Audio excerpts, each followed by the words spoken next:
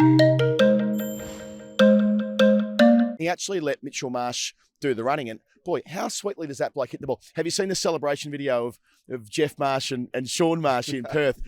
Find it, Google it. It's absolutely brilliant. But it shows how much it means to a guy who, he's not a junior player anymore, back in the side for the first time in 4 years, barely played red ball cricket, gets a chance due to a hamstring strain from Cameron Green, and didn't he make it count? Oh, I think he's he's a great cricketer. I think he's got just a little bit of something about him across all the different formats.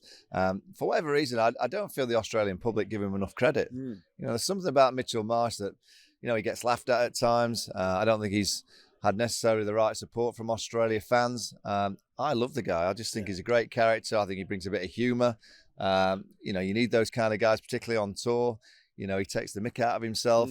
But I'll tell you what he has done. He saved Australia today, because without his innings, they would have been bowled out cheaply. England potentially would have been up to that score. I don't know how many England wickets would have fallen, because Australia would have bowled more overs. But, sometimes you see innings and you think, this Australian side just seem to find a way.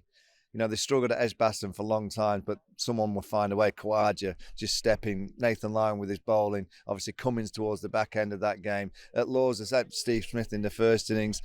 You can just see that this Australian team, even when the whole collective is not operating brilliantly, one individual, and the one individual today was Mitchell Marsh, that's just got Australia to a competitive score. I mean, there's plenty there.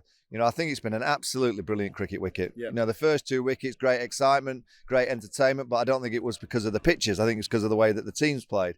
I think this is, if you could kind of dig up a pitch and say that's the kind of wicket that Test match cricket needs, because I'm sure over days 3 and 4, if we get to that stage, I'm sure we will, we'll see a bit of spin, and with the spin there'll be a bit of bounce, which will be great for the game. But what pace bowlers and seam bowlers, this one carry. So if they find the outside edge, you want to see the ball flying to the slip corner, and that's exactly what this pitch has produced today.